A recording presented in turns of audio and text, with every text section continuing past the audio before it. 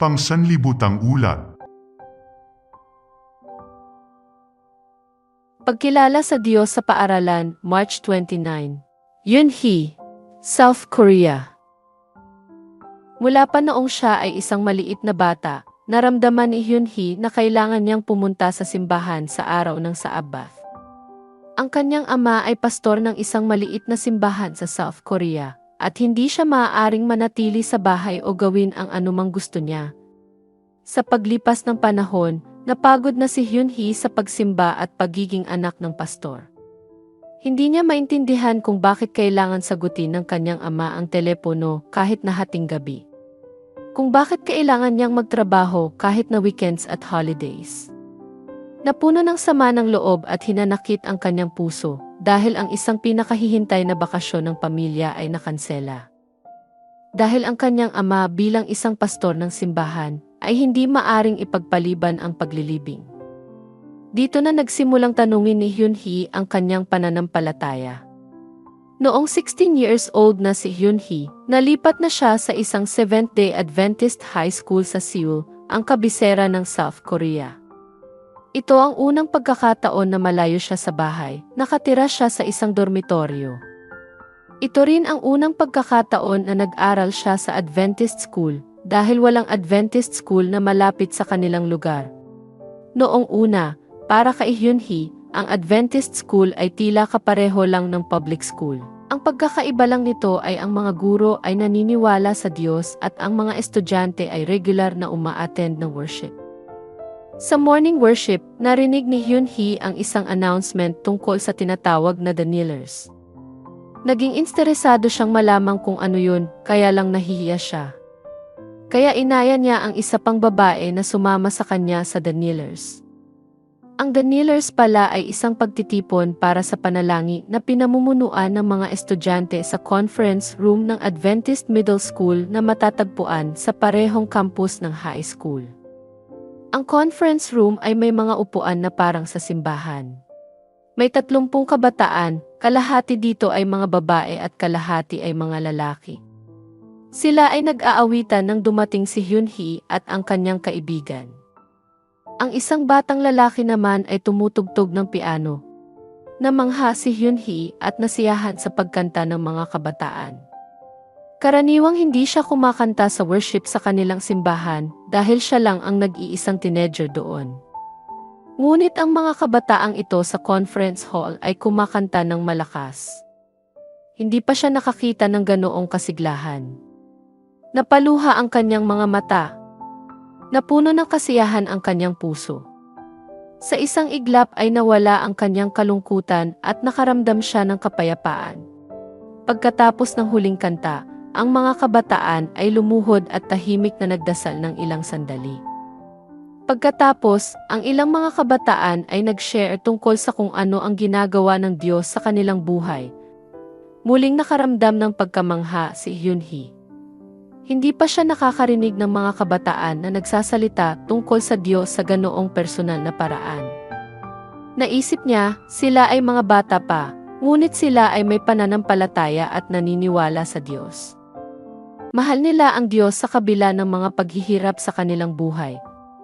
Pagkatapos nito, hinati ang mga kabataan sa maliliit na grupo para sa panalangin.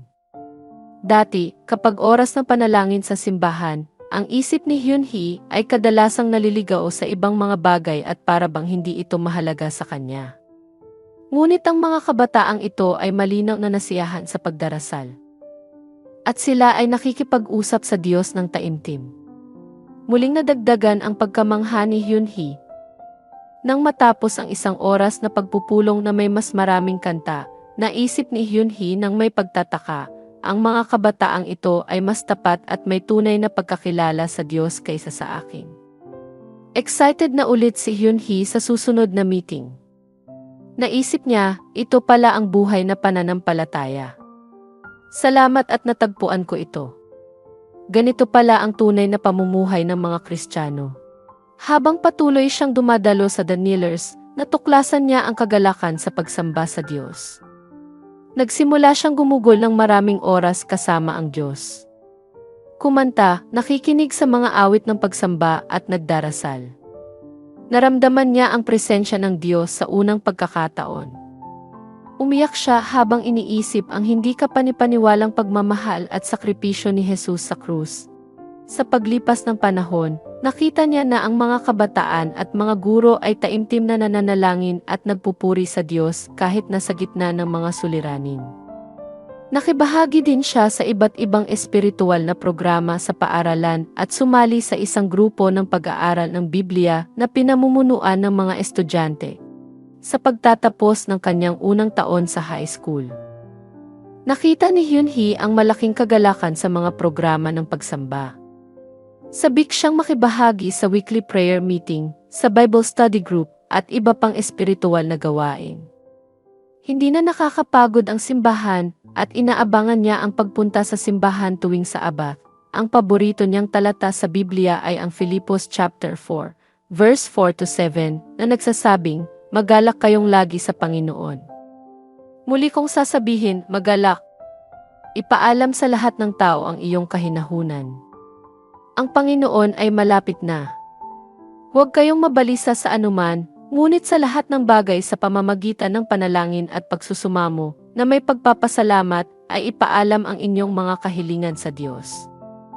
At ang kapayapaan ng Diyos, na higit sa lahat ng pagkaunawa, ay mag-iingat sa inyong mga puso at isipan sa pamamagitan ni Kristo Jesus. Naniniwala siya na ipinadala siya ng Diyos sa Adventist High School upang turuan siyang mamuhay ayon sa mga talatang iyon. Nakita ng Diyos ang nag-aalinlangan kong pananampalataya at tinulungan akong maunawaan ang kanyang layunin, sabi ni Hyun-hee. Nakilala ko ang Diyos sa paaralan at natutunan kong pasalamatan siya sa lahat ng bagay.